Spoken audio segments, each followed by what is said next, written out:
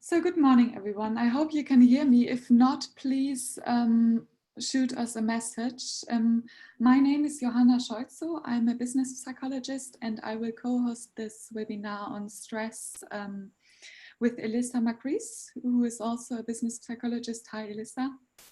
Hi, everyone.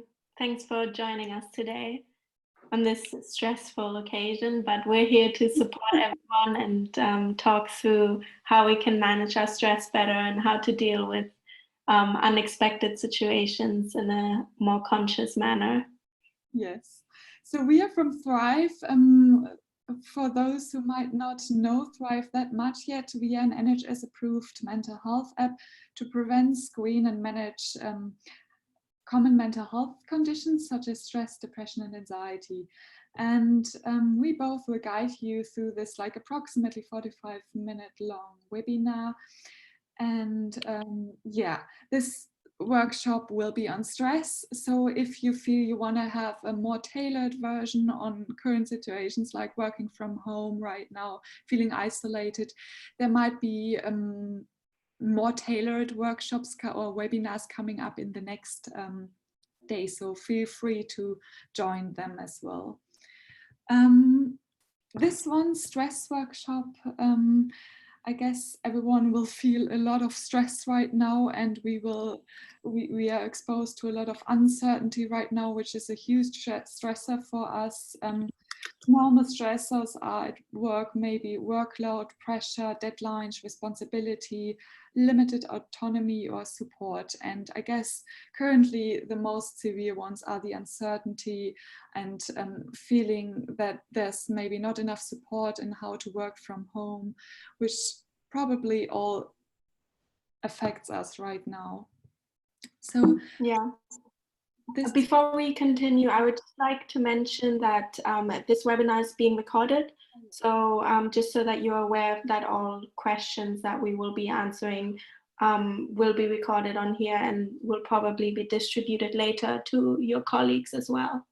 Yeah, no, thank you for saying that. So we will cover different topics today, and please feel free to shoot us messages in the end if you feel there's something unclear, but we will try to explain as much as possible. First of all, Jörg's Dodson model. This is all about our optimal level of arousal for performance. So you might ask yourself, is stress always bad? Does it have any benefits for you at all? So it's all about like how we perceive stress. So our individual level of perception. So some people might be on the peak of the model and have this level there of stress perception. Others might have a different level. So it might be that, for example, currently the corona crisis, a lot of us might be having this peak point rather low than we normally have. So it's all about like, what is our peak performance level and where is the peak point where our performance shifts down. And this is based all on our experiences, our general experiences. So maybe, for example, with this crisis, we probably don't have a lot of experiences on this. So our peak performance level on this point is pretty low. But other threshold, other stressors might be quite common for us, as for example deadlines. So maybe our peak point might there be a little bit higher on the right side. So it's based on our individual experiences, where we come from. So maybe we perceive something as more threatening, or we are more prone to stress than in other moments. So for example, some people might come from a more deprived background and feel the corona crisis affecting them even more because the threshold might be a little lower. On the other hand, maybe some older people who have had worse experiences in their life, like for example, living in war times, they might feel this is not as threatening as it might be for us because we never had something severe as this situation is right now. And Other affecting factors are our biological aspects. So some are more prone to us than others. And yeah, as I said, it's all based on experience as well. So there's all, so you might think about like where your peak performance might be in these times, or in general, like at work. Yeah, so the Yerkes-Dodson basically is the whole theory behind the Yerkes-Dodson is that performance increases with physiological and mental arousal, but only to a point. Yeah. So if you go all the way to the left of the bell-shaped curve, you have too little stress, so you will not perform as well as you should be because you're too relaxed. Whereas when you go all the way to the right of the curve, you have too much stress. So again, your performance and your ability to cope will go down. But you have this optimum level, which is right in the middle of the Yerkes-Dodson bell-shaped curve, where your performance will be at its best. So for example, if speaking on an everyday situation, if you have a deadline coming up, if the deadline is months away, you might be all the way to the left of the curve because you will have no stress whatsoever. You will feel really relaxed. You'll be procrastinating, maybe watching Netflix, or, you know, just doing other things rather than doing the work that you're supposed to be doing. Whereas as the deadline slowly approaches, your stress levels will slowly rise. So this is when you'll get closer to your optimum level of arousal. So let's say you're 1 month away from your deadline, and this would be maybe your optimum level of arousal. So you'll perform your best at that point. So you start working and doing everything you need to do.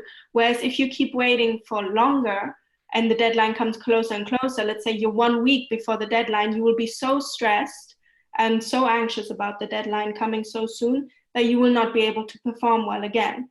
So for everyone, the bell-shaped curve is completely different. So it is up to you to determine when is your best time for your optimum level of arousal, when you will best perform, when your stress levels are at its best for you to feel engaged in order to do the best that you can at whatever it is that you have. Yeah, and that's a good point, Elissa. And I think the dependent on what kind of stresses are next to the one, like on our peak point, for example, if we are exposed now to novel events and novel situations, maybe our peak point is a little lower than usual. So it really, it can shift, and it depends obviously on experiences, but it also depends on like the stressors around us, which affect like our level of optimal performance in this moment. Yeah. So all stress is perceived. This slide is on, I will read it out to you. In the last month, how often have you been upset because of something that happened unexpectedly? So this slide is about like the key points are how often, so the frequency, upset, the emotion which you feel, and how we prepare, or how we are prepared to this. So the unexpectedly part of this slide.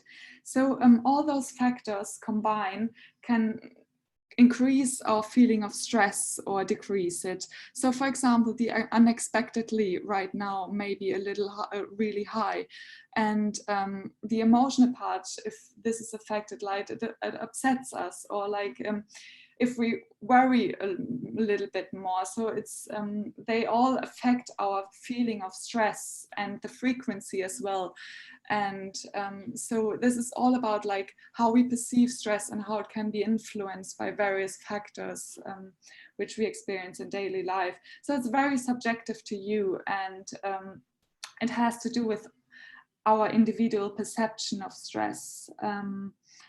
The good thing about that is that stress is perceived, meaning that we are able to change the perception, that and that we are able to control it in a way. And this is actually quite good to know for us, and maybe good news for you. So we can really change the perception of how we have the feeling of stress and the symptoms related to stress. Okay, I will continue. Stress is evolved to save our life. So stress is a biological response to, and it's kind of like a normal part of our lives. So if you probably all heard about like the flight, fight or freeze response. So it's the unconscious process to evaluate threat, which we might be exposed to. So it's a bodily response, including adrenaline, rise, heart rate increase, blood pressure, nervousness, maybe shallow breathing, sweating, more fast breathing, panic attacks, insomnia, low energy.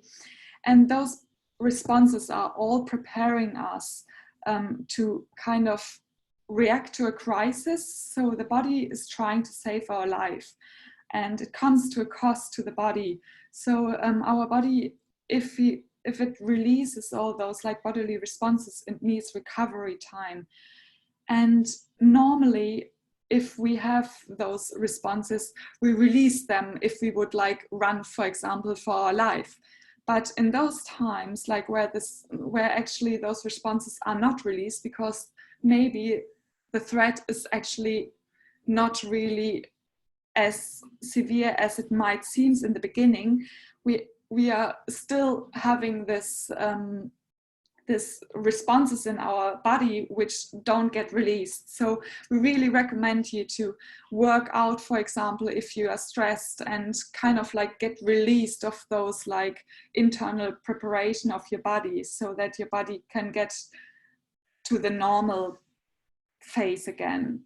So this is really like a bodily response and physiological response, which is connected to the events, and so it must have a stress, so it does not come from anything like nothing when you're completely calm, but it needs this like either the releasing of the bodily tension, or it needs recovery time, and we should give our body time to calm down again. And yeah, this is really important. So if, for example, if we are exposed to chronic stress, the effects can be really negative. And for example, our immune system is reduced, and the chances of cancer are increased. We might experience digestive issues because our body only focuses on escaping the threat, and everything else gets shut down. So it's really the body focuses only on escaping the fear, so the fight or flight response.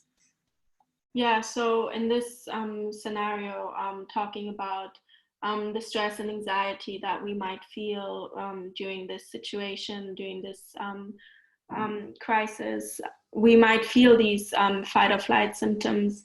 And the worst part about it is probably that we're all locked up in our houses, kind of not able to really escape or really release this tension that we have in our body. So it builds up over time, and I guess this could potentially become a chronic problem, because we won't know how long this is gonna last. So it's so important for us to be able to handle these stressful situations and be able to release the stress, or use mindfulness techniques in order to cope with the stresses in a more effective manner. Yeah. So the next slide is has to have a threshold.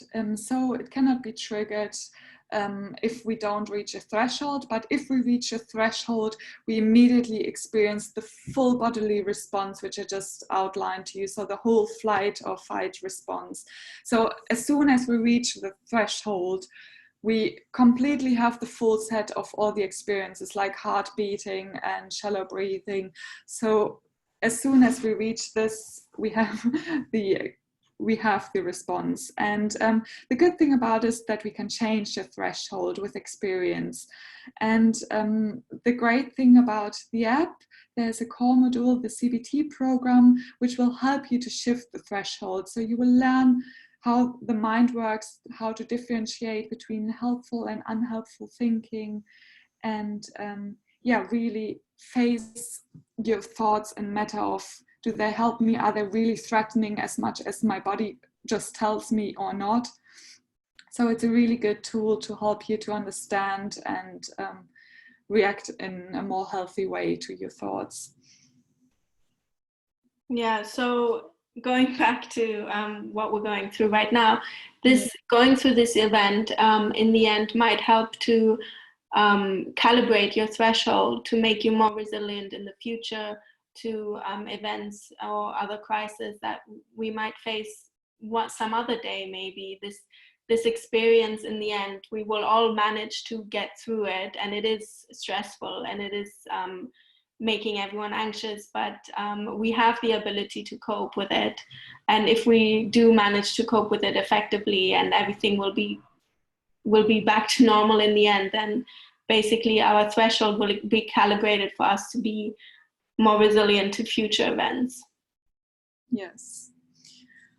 So in summary, stress is the reaction to the environmental changes or forces that exceed the individual resources. So as we mentioned before, the uncertainty and unexpected really influences our perception of stress, and the worry about our family members, maybe about our friends, and not being prepared to that, like mentally and practically. Now we will come to the concept of resilience. Resilience is the ability to bounce back, our personal ability to bounce back. And we can have natural resilience, so maybe people are not as affected as others, and maybe some people are really resilient to adverse events, as for example, if you think about the Navy, some people get PTSD, others don't, although they're exposed to the same event. And similar to this event right now, some people are maybe really relaxed on the corona crisis, and others are completely getting really worried and anxious, and maybe even quit their job. So it's really about our natural resilience which we have, but also about our experiences. So there are different factors which influence our resilience.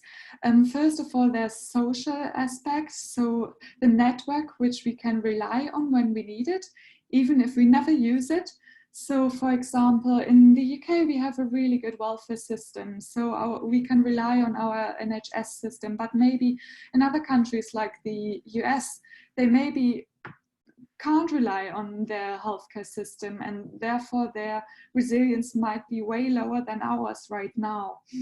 And other social networks might include your friends, maybe support groups. So it's really about, like, if you have someone you can go to and talk about it, it doesn't need to be someone like really close to you. It can also be like a support group, as I said. So something is there you can go to and talk about your feelings and experiences. Yeah, and it's important to remember that your social network doesn't have to physically be present enough for you to be aware that it's around you. So in the time where we have to be in isolation and social distancing and quarantine, it might be really difficult for us because we can't physically access our social support, such as our friends or maybe our family, because maybe we have vulnerable people within our family that we do not want to expose. But just knowing that they are still there, and just being able to pick up the phone and giving them a call, or FaceTiming them or Skyping them, or bringing them groceries to their door, just to know that this is possible, is already helping with our resilience as well. Yeah. So then there's the aspect of biology. So as I mentioned before, some of us have an innate level of resilience, and we cannot change that, but we can know our limits. So if you feel like this situation, or I'm just not able to handle this, we might just realize our limits and maybe try to cope with it on a different way, because we cannot change it. But luckily, biological is not the only affecting factor to resilience. Yeah, only like 50% of this response is affected by your gene. So a large component of it, you're able to control yourself, which is really good news, which means that you can, like, as we said before, you can calibrate your threshold, which takes a lot of effort, and it's never going to be easy to calibrate that threshold because it's something that you might have learned from a young age. It's basically like learning a new skill, but it has, because it's not controlled fully by your biology, you're able to build these skills, such as psychological skills, or have social networks in order to have a better threshold in order to cope more with stressful experiences. Yes, so the other aspect, as Elissa already touched, is the psychological aspect. So all about like our experiences. And again, in the app, the CBT program will help you to kind of get used, be exposed to your thoughts and to your fears, and you will gain resilience by progressive exposure, which is part of the CBT program again. But you can also be more aware of your experiences and about your thoughts with mindfulness techniques, which are really helpful too for that. So then there's the concept of toughness. So the ability to cope with the situation, like I'm a rock, I can do it. The problem with that is that at some point we might break. And for example, in these times, like maybe there are a few things happening and we are completely fine, but the fourth thing brings us down and then everything breaks down. So the whole idea or the whole identity which we had, or even the concept of ourselves, breaks from that, and it's hard to recover from that. So we recommend you to think differently about the concept, more in terms of antifragility. So antifragility is about growing from something, growing from our experiences. So we have this picture, the metaphor in the right corner. A bowl represents kintsugi, an art from where crutches are repaired with gold, which further refines the pottery. So it's something, this bowl wants to show us that even if we experience something which is maybe really affecting us for the moment, we will grow from it and maybe even shine nicer or look nicer in the end, because we grow from our experiences. And it's not about an internal talent, but it's the mentality to grow. And in these times, I think it's especially important that we grow together collectively by helping each other. Yeah, so the concept of antifragility also emphasizes on the fact that sometimes things might get too much for us. Sometimes we might not be able to cope with a particular situation. And the problem with toughness is that, as Johanna has said, you will lose your complete sense of identity if you've identified yourself as a tough person all your life, and then suddenly you can't handle something. Antifragility accepts the fact that sometimes we might break down and not handle a situation as well, but we have this resilience around us, this biological, this social and the psychological resilience that we build up and calibrate our thresholds with, which can help us with bouncing back basically, and coming out on top after these experiences, and being able to deal with future events in a more effective and conscious way. Maybe making even better decisions. For example, maybe next time we go through a crisis, not everyone is going to the supermarket and hoarding all the food, or we look after the vulnerable first, or maybe we make more conscious decisions because we've been through something like this before. So now we know how to be better psychologically prepared for it in order to make better decisions. But it's about being able to bounce back and not suffering and losing your identity after a crisis. Yeah, which I think is really important to realize, because if we always stick to the concept like I was always good in this, so I must be good in it, at some point maybe you're not, and then your whole identity breaks. So I think it's really important about like really focusing on like, what can I learn from a failure? What can I learn from this right now, from the crisis? So really thinking about what are the learning outcomes for it, and next time how would you handle it differently? So yeah, really having the perspective on growth instead of like a concept or like an identity concept. Within the app, Thrive app, we have various techniques which might help you, especially in these times. And for example, we have techniques to screen for mental health issues, identify your triggers, which might trigger your bodily responses, the fight or flight response. We also have distraction games within the app, and we have the CBT program, which helps you to shift your threshold and change the perception of stress, and really identify healthy and unhealthy thoughts for yourself. We have various relaxation techniques as well, which will help you to control your flight or fight response and your bodily responses. For example, deep muscle relaxation might be a really good technique, or if you rather want to focus on a rather short technique, calm breathing might be the technique for you. So there are various techniques which you might try out, and especially like now being at home, I mean, we have our app, we have our technology next to each other. Maybe you just have a few minutes for yourself and try one of those techniques, which will, I'm sure, help you to be more calm and really focus on helpful thinking. Other tips from that are organize your time and really have a time management, maybe set boundaries, set a limit to when do I work, when do I take time for myself, and when do I take time for cooking something. So really having a time management, which is the key to that. Connecting with other people in these times, maybe really like rather pick up a phone and call your colleague or your friend instead of just texting with them, because we are obviously missing the social contact which we are used to in our daily life, like being surrounded with our colleagues. So we really recommend you to, yeah, rely on your social support system by having the social contact which is missing right now, but we can have it via phone. We are lucky, we actually have a lot of technology to use, or FaceTime your friend or your family members and have a chat with them. So really, yeah, gain the social contact which is missing right now.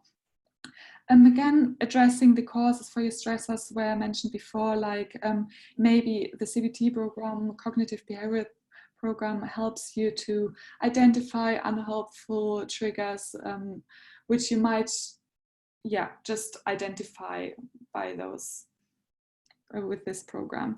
Be active, which is again might be a little bit more trickier, because maybe as my yoga studio is closed right now, or like you feel you can't do the usual activities which you're used to.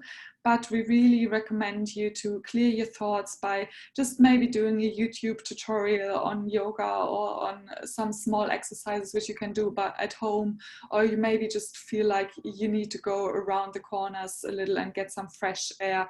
Keep social distance, but yeah, still take care of your body and gain the exercise which your body needs, especially in stressful moments like these.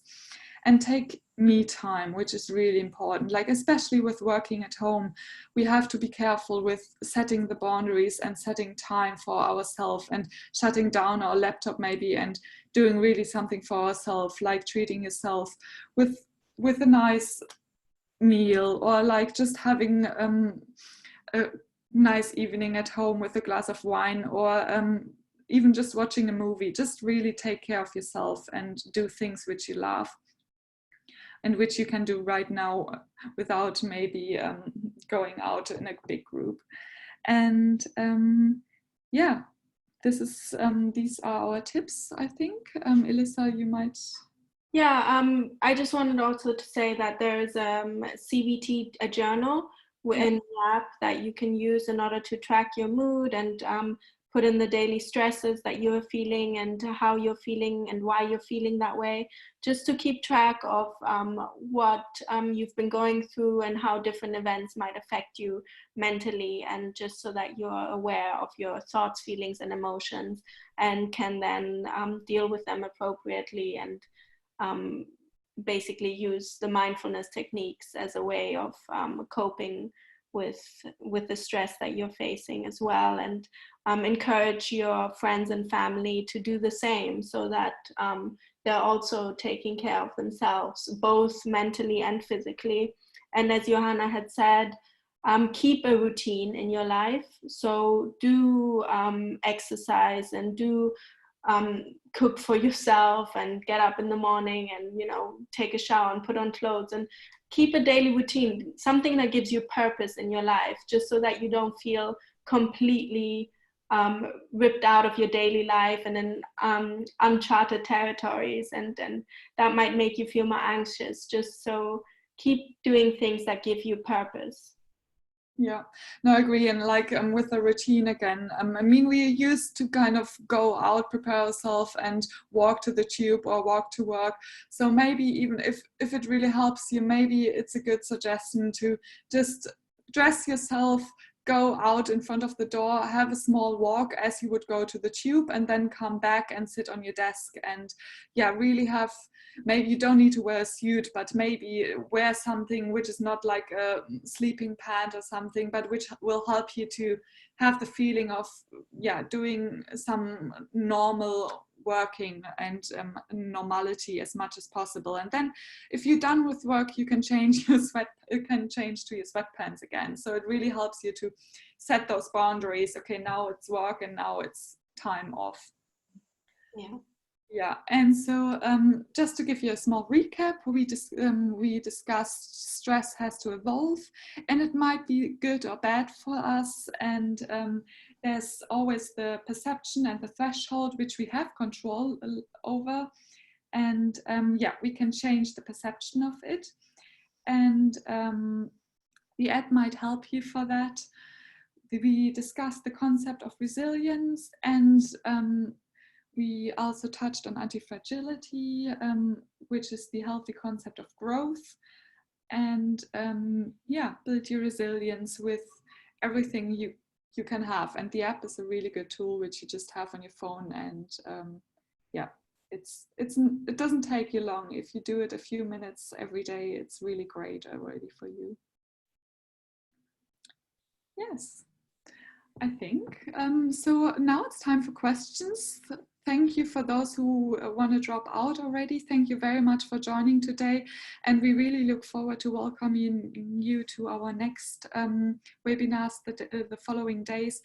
And if you want to tell your colleague about this, we will definitely repeat those webinars. And we also recorded these webinars, so you might have access to them later on as well. Yeah, so we've made a series of webinars which will be related particularly to this situation that we're in right now. So tomorrow there will be a webinar on working from home and social distancing and how that affects our mental health and how to cope with it effectively, which is at 12 o'clock if you're interested. And then the coming weeks we will have some on anxiety and stressful situations, as well as how significant life events might affect us, and one on which one was it? Setting boundaries, wasn't it, Johanna? Yeah. So the last one, you mean? Yeah, the last one. Switch off. Really like switching off, yeah. Advices on how to switch off and yeah, set those boundaries. So maybe we should move on to some questions now. So Kaylee has asked, do you think the number of those suffering from stress has increased? Why do you think this is? I believe, I mean, I can't say for sure that there's specific numbers, but I do believe that stress in general as globally has probably increased, as we can tell from the way that people have been anxious about the situation. You can tell on social media, people are expressing their concerns. So I do believe that this is a stressful situation right now related to this virus specifically. So probably stress levels as a globally have probably increased, yes. But Yeah. that's also why it's so important that we're here to support each other and make sure that we all know we're all in the same boat. We're all going through the same experiences. We all have very similar stressors that we're facing at the moment. So it's about supporting each other and reducing these stress levels and using right coping mechanisms, such as the mindfulness techniques and CBT, and not unhealthy coping mechanisms such as alcohol or drug use, because that's not going to be good for our mental or our physical health. So being mindful of that. Yeah, there's another question. How can managers realize the stress level of their employees if everyone works remotely? I mean, Elissa has prepared a really nice webinar on this, but my suggestion would be really trying to get as much contact as possible. So get to know your employees, maybe have like a Zoom call with them instead of just chatting with them or sharing emails. So really like asking them, how are you doing? Like, how can I support you? Really, yeah, asking the question, what do you need from us as a line manager, and how can we make it as easy as possible for you right now at home? And I think everyone should be aware this is novel for everyone, so no one has the expectation that we will function 100% as we would normally do. So yeah, I think it's all about getting used to it as well, and really having the openness for our colleagues, and even if we can't chat with them face to face, we might do that via a Zoom call or like with a telephone chat, and maybe doing it even as a group one, like 5 to 6 people, and maybe having a specific time, like twice a week, where you take 1 hour together as a small group and yeah, share your experiences, how you're getting along, what you would need for the future to work productively. So yeah, really being sensitive to the needs of others and of your employees and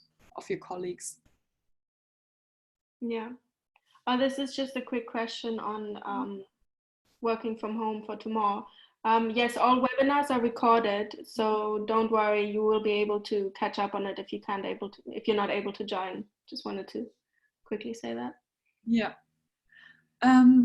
So yes, that's a good point. And I mean, you all, as being part of the Thrive, you have access to the app, and you can obviously share the details with your colleagues, because you as a company have access to the app. So you will probably have the access code somewhere stated with your HR on your mental well-being hub.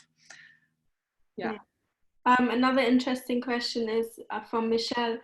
Do you think stress is still viewed as a weakness? Well, I think we all experience stress.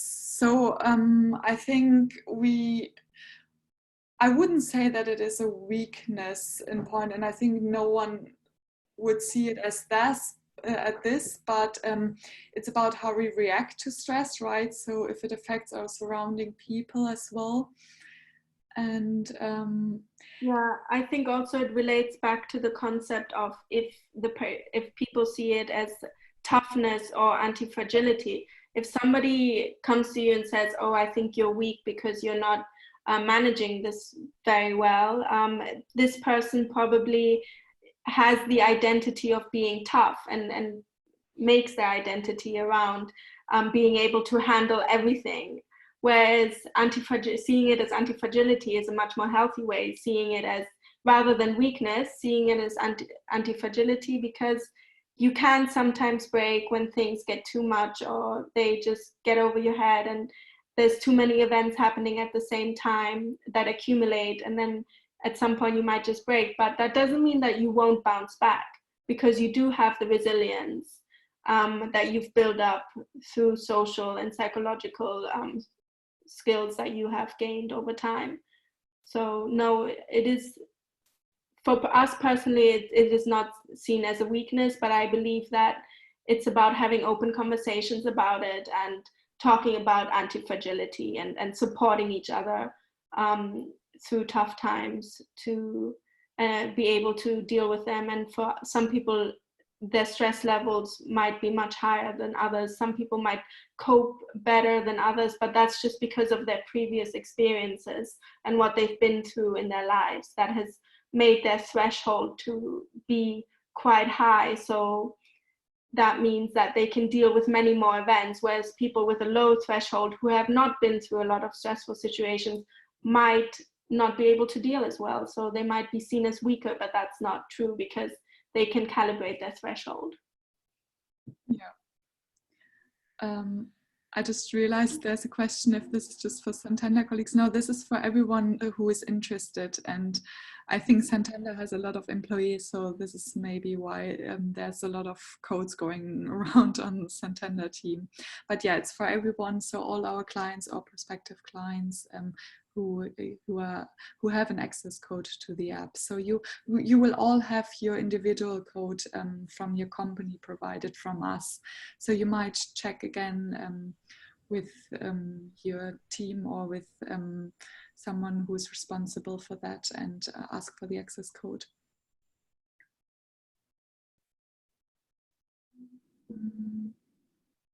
And the recording will be available, I think, as soon as possible. I guess probably already today we will share it.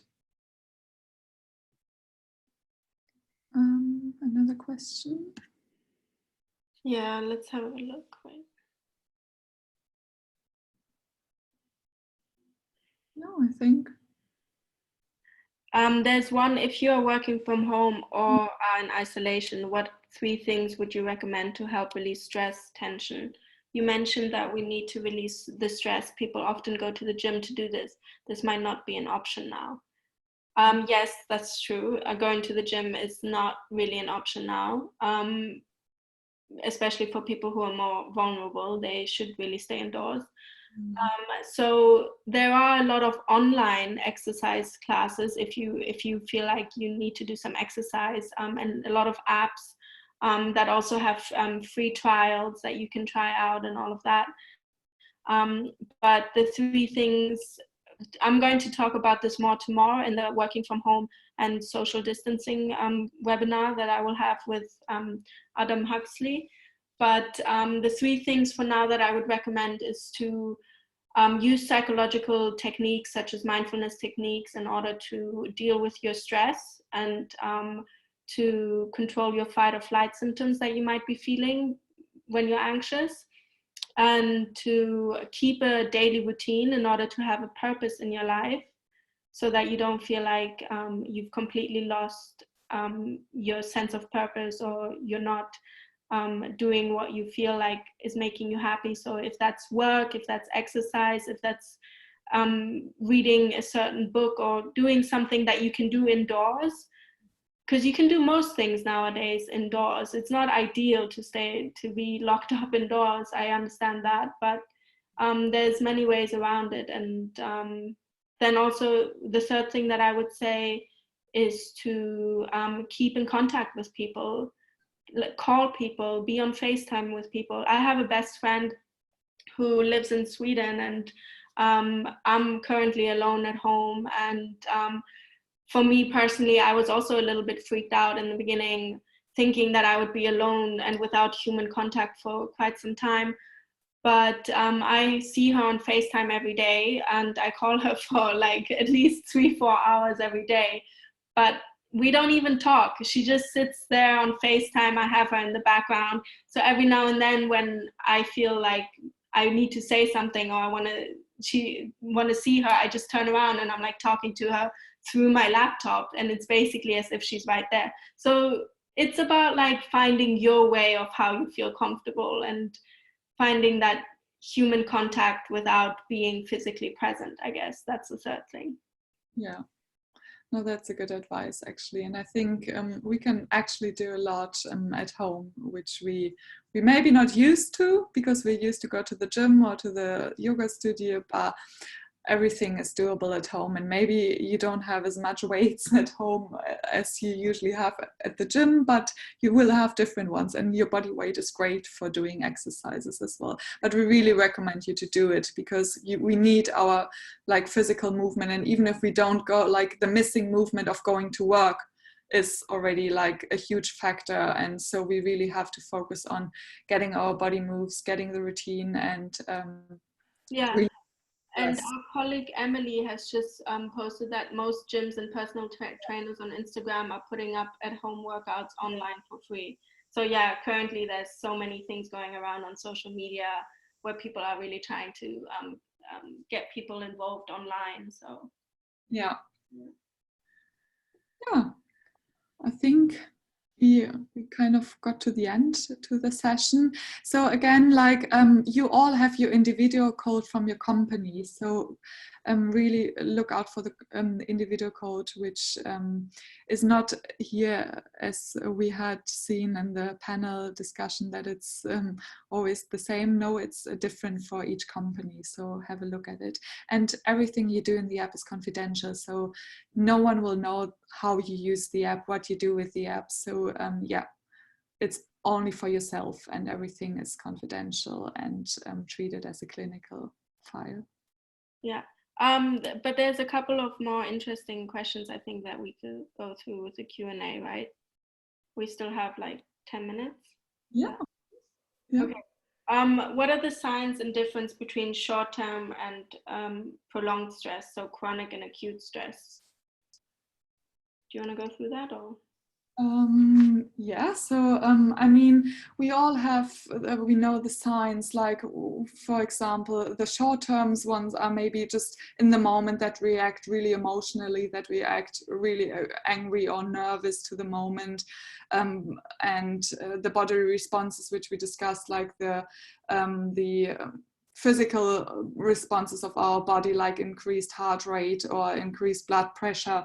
So those are like the really short-term reactions to stress, but there are also like long-term ones. So as we discussed, like with chronic stress, so you will feel that maybe, especially without releasing the stress, like with the bodily movements, you might experience obesity, which can because you don't use the energy and which your body prepared you for. And long-term risk also include like risk of diabetes, cortisol, and yeah, the suppression of the immune system, which makes you prone to other mental issues, biological but also mental issues in the long term. So being exposed to long-term stress can really affect your mental health as well, and yeah, in the worst cases may lead to depression or anxiety issues. Yeah. So it's so important for us to be able, acute stress can be healthy and can help us perform better. For example, if you think of a sprinter, like right before a race, they build up acute stress in order to be able to perform better, or right before you have a presentation or something, you might feel those stress symptoms, and they might help you be more active during your presentation, or more excited during your presentation. But like once you finish your presentation, these stress symptoms should be going down, and you should go back to baseline. However, if this doesn't happen and you constantly still feeling stress, and this becomes chronic, then yes, you can get physical and psychological repercussions from that. Yeah. Managing stress levels with children at home, best techniques for them and me. I would suggest trying some mindfulness techniques with your children, like deep muscle relaxation, which is a body-based relaxation exercises, where the child has to, and you for yourself as well, you have to tense and release different muscle groups in your body until you feel that your body has become kind of limp and you're feeling relaxed, and then your mind relaxes as well. This really helps with with sleep as well. So doing this, and because it is a physical exercise, it might be really useful for children, because they might rather prefer doing something physical than something mind-based, such as meditation, which is a little bit more difficult and takes more concentration. So give that a go and see how that works for you. Otherwise, what has helped a lot of people could also be like sleep stories, and just reading to them and helping them to get their mind off things. Yeah, and I mean, even like trying together a YouTube workout channel might be nice. Just trying something new together as an exercise might be actually a nice activity, and you can try to do together some basic yoga or some just basic workout. And I think this is a nice activity together to release some stress as well. Yeah. So I've sent my dad's nursing home a video as we are unable to visit him for 12 weeks. He has dementia, so is limited to what he can see and hear. What other things can the kids do to keep in touch?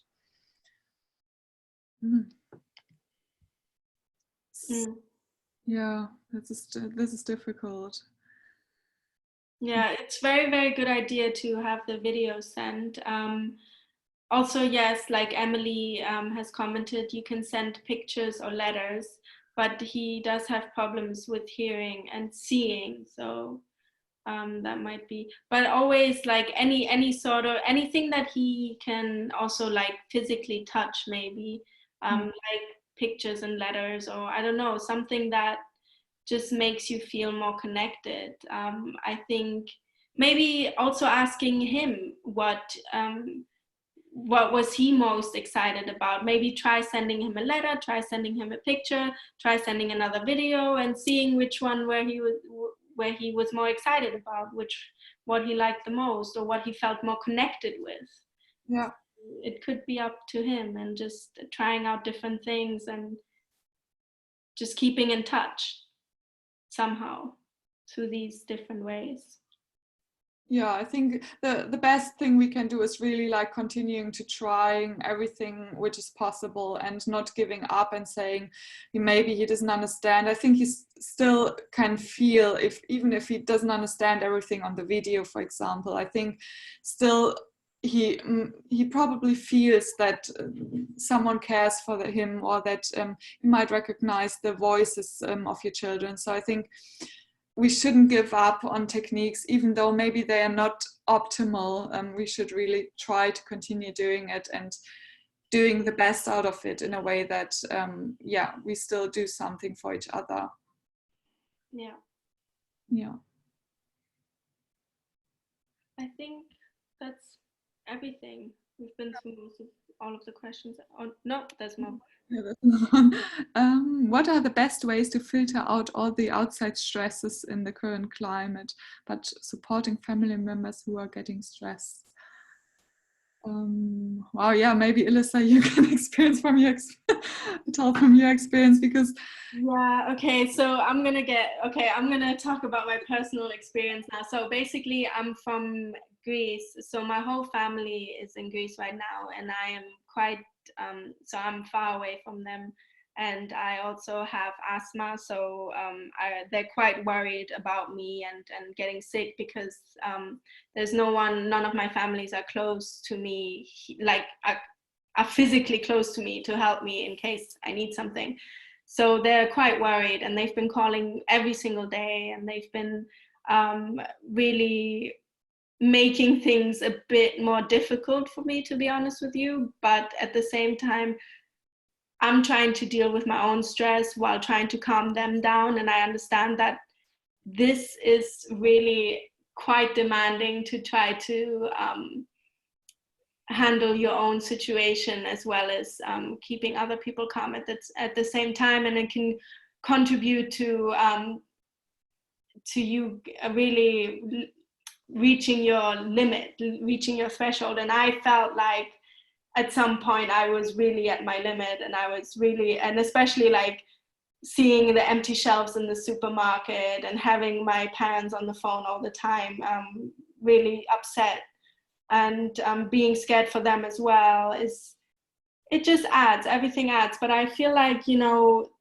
I found comfort in being able to help other people in this kind of way, and being able to talk to people, like, for example, you guys being here on this webinar and listening to us and sharing your concerns and being able to talk about this, and has really helped me to stay sane, let's say, and to stay calm in this situation. And there's no way to really filter out the outside stresses, but there's a way to deal with them effectively, and there's a way to deal with them in a healthy way. So I believe that's personal for everyone, since it's personal for me that I am talking to my friends, talking to my colleagues, talking to you, and talking about this open. For me, it's talking about it. For others, it could be, let's say, relaxation exercises, which I also do, because I do a lot of yoga and mindful breathing and all of that. But I think it's just finding something where you can distance yourself from the stress consciously, without I don't know, without being too distant, let's say. I don't know, it's the difficult one, to be honest with you. Yeah, and I think it's important that we still keep in mind, like, techniques which we could use together. For example, if you feel like your family is maybe getting really worried at the moment, maybe you encourage them to together, even if you're not like physically together, but you could do on a Zoom call, you could do together like a relaxation technique, which I think is a great idea, to be connected with them, but also calm each other down in a way that, yeah, really facing your thoughts in a way as well. And like, what is helpful right now? What can we do to really, like, yeah, what can we do right now? So we can stay at home, we can go to the grocery shop, and we can wash our hands afterwards. So really, like, what helps right now and what doesn't help, like making ourselves crazy about everything. And maybe it helps you to not check news every 5 minutes, because maybe it stresses you out a lot seeing always the news. And yeah, being informed like regularly once a day, with a reliable resource, like the governmental news, really on focusing on what is reliable, what only triggers more fear, and what doesn't help you at all, and limiting those times as well. And just feeling for yourself, like what is a good technique to cope with all the news, but also cope with all your stress, and how you can still be together with others, without the physical contact.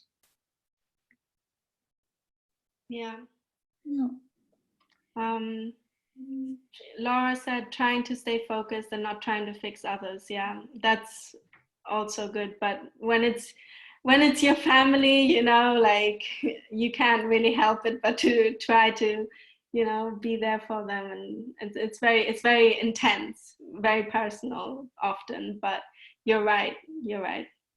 As long as you stay well yourself, you can help others as well, I think. So that's really important. As long as you stay,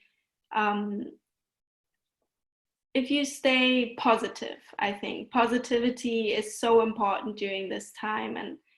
And if everyone around you is negative, just try to go through and keep strong and positive, and share your story and talk openly about your fears, but also consciously about your fears, to not try to put too much pressure on other people.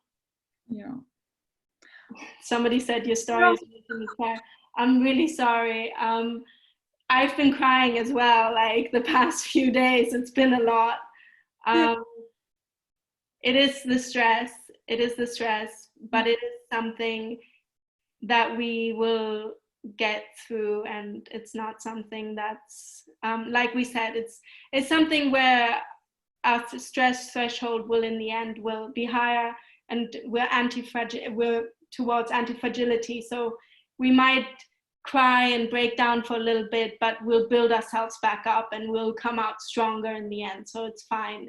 It's okay to cry, you know? Yeah, and I think it's important if we like not only see the negativity on this like crisis right now, but maybe also focus on things which we can learn from it, you know, like or where we could use the time productively and in a positive way. So thinking about like, okay, maybe now I have really time to learn a new like skill, life skill, for example, meditation, you know, because normally in our day life we always rush to work. We don't really think about like, yeah, having the me time, for example. So maybe now is a good time to really learn something new in a way that we can continue doing later on, and maybe this is a benefit for later on as well. So we really learn something new, and I think it's important that we still try to see the positive things which we can learn from those things, from these moments, and yeah, maybe even like just having a more, yeah, even like through like a telephone contact, but more than usual contact to our family members, which I think maybe, yeah, merges us together even more. So because normally like if I think about my family, I don't have that much contact with them. I mean, yes, I do, but I think right now everyone is having a little bit more contact just to feel like how are you coping. So I think it teaches us to really be sensitive to our family members, surrounding friends, and really asking them regularly like, how are you coping? Like should we, like if they feel okay right now, they're really stressed out, should we have a chat right now via phone? So really using the time to caring for others, as Laura said as well, like, and also yeah, using the time for ourselves. And maybe we are not as productive as we used to at work, but it doesn't need to be, like no one is right now. And so really using the time for yourself and yeah, learning from it and getting used to the situation, and yeah, really just trying to see the positives in it besides all the negativity. Yeah, agreed. I think we've basically reached the time now. Thank you so much. Yeah, Thrive is here to support all of you. We're all here together as a team. So, you know. Please join us for the next webinars as well. I think they might be really interesting for you as well, especially like being more focused on the topic, on the current topic. Yeah. Thanks for joining us today. Thank you very much. Have a lovely day. Bye. Bye.